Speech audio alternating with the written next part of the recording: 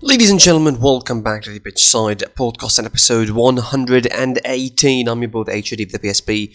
Smash the like, subscribe, and comment on the YouTube version of this podcast. Of course, subscribe to the YouTube channel, of course, and enable notifications to receive all the updates from these podcast episodes which you can listen to on Spotify, Google Podcasts, or any other platform. And of course, follow us on social media, site PSP on Twitter, PitchsidePod on Instagram, and help us on the way to our first game as we continue the coverage of the quarterfinal of the Champions League. Of course, the second pair of matches on Wednesday. Of course, join us for more, and you're welcome. But before turning our attention to Wednesday games, of course, let's look in the review really of Tuesday action, and certainly it was all about Real Madrid versus Liverpool really for the most part. The focus was there in Madrid, and let's kick off from there. I mean, I'm not going to say a lot more than what I said in the review, really, because the ideas are the same. Jurgen Klopp managed the game in the wrong way. The starting lineup was wrong. The way he set up his side was wrong. He was, I think, too deep for the most part in the first half in particular, choosing Naby Keita over Thiago, although, Thiago might have proven to be, not exactly the greatest of performers so far this season with Liverpool. But I think he would have added a little bit more stability in the time when you have in the ball, because whenever Naby Keita is having the ball, it doesn't really add much. It gets intercepted by Real Madrid. It gets interrupted. The attack doesn't really come to an end. And he is a mainly featured guy on your side, even though again he's not the greatest of performers, but Thiago is sort of a familiar face within the starting 11, and really choosing Naby Keita over him, raised a lot of eyebrows, and rightfully so. And certainly it was a game of, complete dominance, I would say, for Real Madrid, and it was helped in a lot of ways by the, the way Liverpool set up themselves and sitting deep in the back. I mean, if they played their normal game and they pressed Real Madrid high with the defensive absences that Real Madrid had, certainly the game would have been really, really different. Like, the game would have been completely another story for Liverpool against Real Madrid, because they would have at least capitalised on a couple more chances, because in the first half they never did anything. Real Madrid simply overpowered them in the first half, and not really by pressing high or by being, or swarming Liverpool's defence with numbers. Simply by doing what they do best. Simply by keeping the ball, slowing down the pace, moving it around. Kroos and Modric, I think Kroos in particular really had a terrific game. I mean, yes, he might not be the athletic force that he once was, or he might not be exactly the prime Kroos anymore, but he's still got it. He's still class. He's still got the ability to just pick a pass at the right moment at the right time. And I think again it was helped a lot by Liverpool's defense. There was no pressing really for the most part on whoever has the ball for Real Madrid. Spaces were a lot. In their defence, on the wings in particular, Alexander-Arnold really specifically was completely outdone by Mendy and Vinicius. It was a completely disappointing performance. I'm not going to say terrible performance, because the goal at least gives them a proverbial lifeline. If anything, it is going to help them at least set themselves up in the right way in the second leg, because, I mean, they can't be worse than this game, really. Even if without crowd at Anfield to support them, even if the game is, again, with no fans, and there's no atmosphere, and there's no supporters to motivate the side, I don't think that Liverpool are going to be worse than what they were in the first game. I don't see them going through. I don't see them, overturning this deficit. I don't see them having a terrific performance to the point where they could keep clean sheets against Real Madrid, and certainly not with these two centre-halves. Not with this kind of defensive aspect of the game. I mean, Jurgen Klopp needs to think deeply about this, because for the last couple of games it looked like Liverpool, have turned a corner. He said there's a mini-season for them. These last 10 games in the Premier League are going to be a mini-season for saving their place in the top 4 and saving the Champions League spot, after the title defence campaign went completely into the bin, really, with Man City completely running away with the league. And I really think that, Liverpool, should at least go. I thought should be going all guns blazing in this season's Champions League. You think that really, because if you're gonna make some mathematics, really, it looks like the Champions League and winning the Champions League outright is probably the closest they would ever get to getting a Champions League spot next season, because at the moment in the Premier League there is quite the battle for the last spot. West Ham are in the top 4 at the moment. There's Chelsea behind them. There's Tottenham. There's Everton in that conversation as well. So it's a completely tight battle, and I don't think that Liverpool are going to get out of all of the matches that they still have completely unscathed, despite the fact that the schedule is pretty easy, or pretty up for the grabs for Liverpool, on paper at least.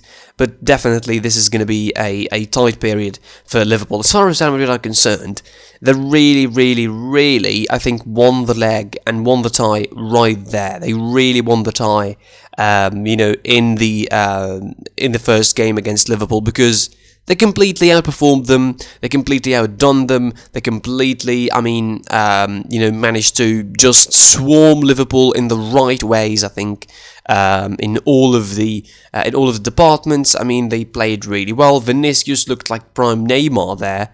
This is how bad things got for Liverpool, that Vinicius Jr., a man who was on the verge of leaving Real Madrid outright in the transfer window for Arsenal of all places. Like, that guy was about to play in the Premier League for Arsenal of all places, and he ends up putting a performance of a lifetime against Liverpool. And I think this is going to be good for him, it's going to be good for Real Madrid, and it's going to be good for everyone around him. And of course, Real Madrid were thinking about the Clásico in the back of their minds, so it should be exactly a motivation for El Clásico. And again, this is a week of great importance for Real Madrid. They have the Clásico, the 2 legs against Liverpool. They got 1 of the 3 matches done, and they still have 2 to go. And it looks like Real Madrid, for all intents and purposes, heading with loads of momentum in El Clásico. Barcelona are doing so as well. So it's going to be a collision course, really, heading onto Saturday. And Atletico Madrid, I think, in that are going to be the real spectators in that one, because they play on Sunday. So they're going to be really anticipating what is going to happen on Saturday in El Clásico. But of course, back to just round up, congratulations to Real Madrid. I would say, I said they qualified, really. I don't see Liverpool overturning the deficit, although miracles happened before, but I don't see another one happening this time around, because Anfield is empty, and, Liverpool themselves are empty, really, of any soul to try and resist. Let's talk now about the second game on Tuesday. Of course, it was Manchester City versus Borussia Dortmund, and, I'm surprised by the result, and not just surprised by the result, I'm surprised by the way, Man City played in this one. I mean, they played their normal football, really, to be fair. I mean, they played their normal possession-based style, they dominated the possession. You expect Man City to do that in almost every game, and almost against any opponents. I mean, really few are the opponents in the world and in the European football that could really, set up against Man City and dominate the ball. Almost. I think, except for, maybe PSG, maybe Bayern Munich, who are the opponents you expect to have 50 or more % of possession against Man City? Really none. And, it was proved yesterday, Man City played their normal, slick football for the most part, really. But the game, I think, was pretty, it was more balanced. The idea is, Man City, I think, gave Dortmund a door, to get through in this game. The 2-1 result certainly is going to, give Pep some thoughts. Not exactly that's going to be worried, because you assume that Man City have a lot of quality to overpower Borussia Dortmund. But when you think about this side of Borussia Dortmund, a side that is struggling in the league, 5th in the Bundesliga at the moment, they look, for all intents and purposes, like they're going to be out of the Champions League positions, 7 points behind Frankfurt in the table. You think, you should take them apart. You should take advantage of that side. You should take advantage of their sort of defensive mistakes. You need to have, the killer edge to manage to end the game right then and there at the Etihad. And yet they didn't. And for all intents and purposes now, even with this unbelievably terrifying power of Man City and the form they have been in, winning 27 out of the last 28 games in all competitions, only losing to Man United in the derby, and that is quite the blip in the radar. It looks like Man City are going to give themselves some thoughts in the second leg. And, this has given Dortmund hope. Although, I think the worst thing in football is giving a team hope and then just killing it in the second leg. And that's probably what Man City are going to be doing. But still, until then, you would give Borussia Dortmund all the hopes in the world to really have, one of the best 90 minutes they would have in the season and try to shut down Man City and make some heroics to shut down Man City and then score a goal that would take them through. That could still happen, really. Again, the idea is that Man City gave too much for Dortmund. I think gave them too much that any team against them had this season in Europe. And also for most of the Premier League season. At least since their brilliant run in the turn of the year. De Bruyne opened the scoring in the 19th minute, and it looks, for all intents and purposes, like Man City at least are going to add a second goal in the first half. But I think the event of the day and the event of the night, I would say, in the game was the goal for Jude Bellingham in the 36th minute that was disallowed by the referee and was deemed a foul.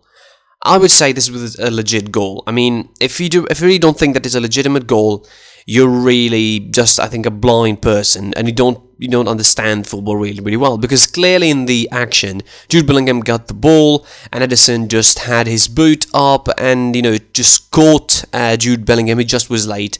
He was late, and I know, yes, in slow motion it might look properly, but I think he definitely got the ball. Slow motion or no slow motion, Bellingham got the ball. The goal should have stood, and and I think the worst thing about this is the referee just blown the whistle, and he didn't allow VAR to think about it. So the foul is there, and I mean, if he didn't, and Jude Bellingham scored, probably VAR would have checked it and maybe it count, and certainly it would have changed the complexity of the game completely. But the idea is, I mean, that could have been a changing factor in the game. The goal itself from Marco Reus in the 82nd minute is certainly going to be, a turning point in the game. This is Man City's first victory in Dortmund. Of course, they had 2 matches only before, really. But this is Man City's first victory over Dortmund. You assume that they will win the second leg, but definitely, in the back of the mind of the City players, in the back of the mind of Guardiola, this is the same crop of players, except Ruben Dias, really. This is the same crop of players that witnessed last season's disastrous game against Lyon in the quarterfinal. So they don't want these memories to return. They don't want that game to, to return and to happen again against Borussia Dortmund. It's possible that it will, but, as it stands, I really think that Man City have too much quality for Borussia Dortmund, unless Borussia Dortmund again put on a heroic performance in the second leg and just, give it one of the best defensive performances they would have. They need a perfect night, and probably they need the stars to align. Maybe they would need, an injury for Man City in between, a crucial injury that would, sort of take some weight off the Man City side. Maybe a De Bruyne being injured, someone like Gundogan being injured. But at the moment, it doesn't look like the Dortmund are going to be going through, unless, again, they put on a performance of a lifetime against Man City and try and defend as best as they can and try to pounce on the counter, and I think they still could. I mean, Man City proved they are quite breachable for a side that is so terrifying at the moment and having their best run possible. In the end, again, I think Man City gave too much way for Porto for Dortmund, to come back into this game. And, this might prove crucial in the second leg, depending on how the game is going to be starting. If Man City manage to start off and kill the game pretty early, that's done and dusted.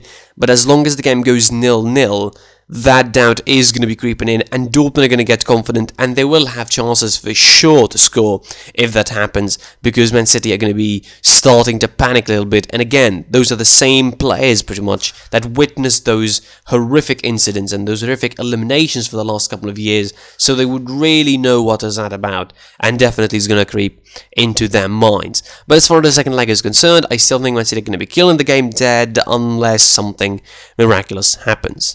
Enough looking at the rear view now, let's turn attention ahead of us, of course, to Wednesday's games and the second pair of the matches of the quarterfinal. And let's start, of course, with the big game between Bayern Munich and PSG. And this is a repeat, of course, of the 2020 final, last year in Lisbon. And, this game is different circumstances. Obviously, same opponents, pretty much same lineup. No, not a lot of additions to the side really from both teams, but definitely this is a different circumstances. It's different circumstances for both sides, and their form has been different since last season. PSG are struggling in the league by their standards, involved in a title race at the moment, a legitimate title race really. Nobody's paying attention to it for some reason. It's quite underrated, but it's a really, really tough title race in France with Lille and Lyon. They lost to Lille, of course, on the weekend, and that is, that might be really bad for their season, in the French league. Also, sitting at second, forced to be at second for this for the Ligue 1, that is certainly going to be quite the. It's going to be quite the event if PSG lose the league this season with this side having the likes of Neymar, Mbappe, and Di Maria. And, spending a lot and bringing a new coach in Pochettino. Like, if Pochettino, comes in, thinks that he's going to be winning the league and the, on first gear, really, and then loses it, that's going to be quite the event in the French league. As far as Bayern are concerned, they're not quite the same Bayern of last season, but they're picking up form, and they're picking up form at the right time. Winning with a couple of wins with clean sheets that were really important, I think, to sort of make to motivate the defense of Bayern. Into having their best performances against PSG. Although the absentees of Lewandowski and Gnabry are going to be still, big misses really for Bayern Munich, because you could not replace those two, especially Lewandowski. I think you cannot really replace him. He's going to be forced to play with Choupo-Moting, a player who played for PSG and was on the opposite dugout in the game in the final last season. Again, definitely this is a different circumstance different complete situation for this game between the two sides. This is not going to be as on paper it looks not as balanced as last year's final, but definitely. You don't trust exactly Bayern's defense to hold their own if they play the high line against PSG. And I think with Hans Flick, definitely became more conservative as the time went on in the season. In the last couple of months, I think he sort of made more changes to the way he defends, not exactly to the personnel, but definitely to the way he defends, the way he just puts his side and set his sides up in the back. He sort of regressed a little bit on that high line mentality, and definitely that could be useful against a side like PSG. Mitigating the high press, changing the situation a little bit, trying to to adapt to the style of the teams that play against him, not concede more goals, and that I think paid off quite frankly in the last couple of games they had, beating Stuttgart, of course, before the international break 4-0, and with one man down in Alphonso Davies, and playing and of course defeating Leipzig 1-0 in a pretty much a defensive game, I think, where Bayern conserved their energy. For PSG, the absentees they're going to be having, of course, they're going to be missing Alessandro Florenzi for COVID situation. They have Leandro Paredes suspended, and they missing Marco Verratti through injury, through the coronavirus test as well being positive. So it's going to be quite, really the match. It's going to be quite the interesting dynamic here and there between Bayern and PSG. We'll see how things are going to be panning out. Definitely Bayern are favourites. All the signs telling that over the two legs you expect Bayern to go through, but this is not going to be the easiest of tasks. Really, this is going to be hard. This is going to be hard. And this is going to be tough. This might have all the scenarios in it. A lot of teams are fancying PSG to go through Bayern this season, but I still think that over the two legs, Bayern have enough in them to get through. Again, it will be hard. It will be hard to contain those players up front. It will depend on how Hansi Flick is going to be setting up. PSG, you don't really know how they're going to be setting up this season. Mauricio Pochettino plays the 4-2-3-1, and he tries as he can really to be as tactically flexible as possible without really tinkering too much with the shape of the side, unlike Thomas Tuchel last season, who did so and really changed the shape outright, playing 3 at the back and playing 3-5-2 and sitting Mbappe on the bench and all of that, and all the problems that followed it and led to his demise, of course, from PSG. But overall, This is a game that's going to be played on details, whether Bayern are going to be setting up to play a high line, are going to be risking everything against PSG. You know, they still have enough quality to have a very, very good game where they dominate the ball and possess. I mean, obviously in the midfield, Kimmich and Goretzka are so important, and they need to work hard, really, because they need to cut the supply of the balls to Neymar, Mbappe and Di Maria, because we all know those guys don't defend. We really all know those guys to defend. I mean, Di Maria is probably the most likely to defend out of the three. Mbappe and Neymar, I don't think so. They just wait for the ball to try and bounce on the spaces. And I mean, I'm really thinking that Mbappe is the more likely of the two to have a great game, because his form at the moment is terrific, despite the fact that PSG are not exactly the greatest this season. His form at the moment is terrific, and he's picking up form as well. But Neymar on the other side, he's losing himself to, you know, personal problems. He's not getting it this season. He's really not getting it. He had too many problems this season. The game against Marseille and the last game against Lille, he had a stupid argument really with a player from Lille that almost cost him. So, I mean, this is going to be played on not too many details. The character of the players, the way the side's set up, the way the two teams are going to be seeing this game off, the way the two teams are going to be defending, particularly Bayern, who are more likely to play a high line than PSG. So definitely it would have to be Bayern taking the advantage at home, taking an important step towards going to the semi-final, really, where you expect to face Man City and expect to have the tie of your life facing Man City in the semi-final of the Champions League. For PSG, they don't enter as favourites. That might suit them really, because if they enter as favourites, it's going to be pressure on, and we saw that in the Barcelona game. In fact, in the second leg, pressure almost got into them, and they almost fluffed their lines against Barcelona, and that could have been another remontada for them, for Barcelona against PSG. So again, this game is going to be too many details into it. The way two teams are going to be setting up is going to be important. Is Bayern going to risk everything and put a high line and try to score as many as they can without Lewandowski? Really, I don't see that happening. But they need the victory. But they really need the victory in Germany. I mean, Lewandowski is said to be trying to race the time really to rehabilitate before the next game, before the second leg of this game, trying to catch up, but I don't think he will. So Bayern Munich need to do the best they can without Lewandowski. Scoring one goal just isn't going to cut it, because if you expose yourself and you have too many chances, have 2 or 3 chances for PSG, they're going to at least score 1 or 2 of them. So you really think that Bayern Munich need to do the best they can in Germany before travelling to France next week and having the second leg played on Tuesday.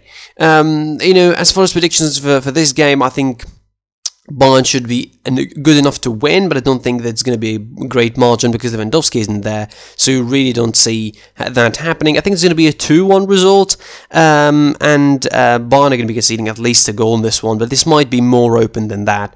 Of course, we will wait and see.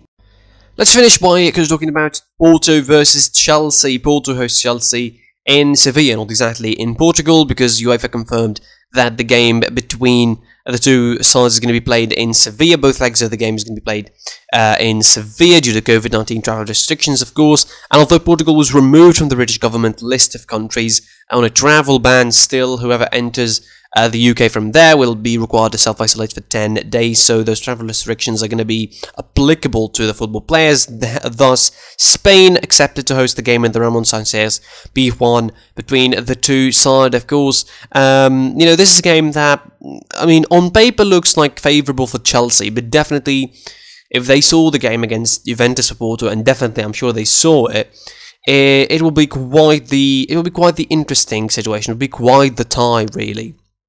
Because you look at this game, in a way as a banana skin for Thomas Tuchel, and for all of the good things that Thomas Tuchel had done at Chelsea so far, keeping clean sheets, winning, being undefeated at a certain point until last Saturday, it looks for all intents and purposes that this is going to be a tricky one. This is the trickiest game for Chelsea so far. Not the hardest, because they played against Atletico, they played against Liverpool, and played against Man City, and they still play against Man City, but definitely the trickiest so far, because they really don't know what Porto are about.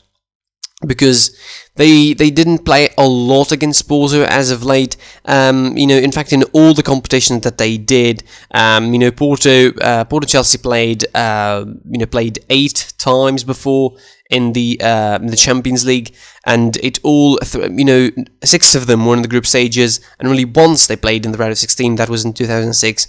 2007, where Porto and Chelsea have the advantage really over Porto. In this one, winning 5 games, only Porto only won 2. They had.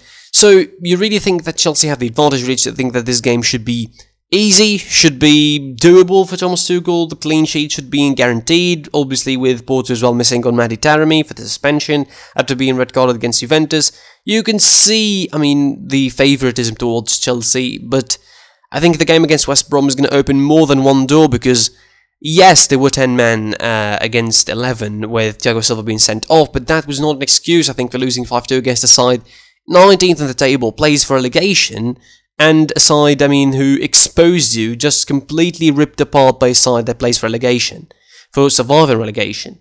So this is going to put a lot of thoughts into Thomas Tuchel, a lot of thoughts into his starting 11 choice, a lot of thoughts into the way he's going to be set up, the way he's going to be attacking Porto, because it's all going to be depending on the way Porto are going to be setting up. Because if they're going to be closing down, you know that this game is going to be hard, and you know that it could bounce, that they could have some chance from a free kick, from a corner, whatever, and they could take advantage of you, and they could really steal the tie. And if they do so, if they keep a clean sheet at home in the Dragao, or in Sevilla really, if they're going to keep a sheet, supposedly, the home advantage really, if they keep a clean sheet in the first leg, the away goals are still counting for some reason in this one, despite the neutral venue, and, the second game is going to be played, with the advantage of Porto, so it will be quite tough for Chelsea to get through that.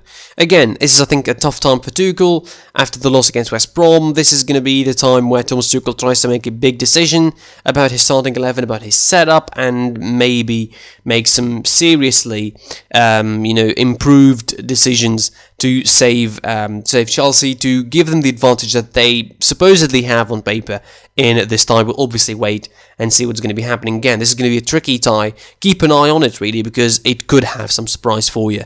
Now, I was your boy, the HD of the PSP. That's it from me for this episode. Like, share, comment on the YouTube version, subscribe to the YouTube channel, enable notifications to receive all the updates from these podcast episodes. Listen to that on Spotify, Google Podcasts, or any other platform. And of course, follow us on social media, PSP on Twitter, on Instagram. And until next time, I'll be seeing you soon. Goodbye.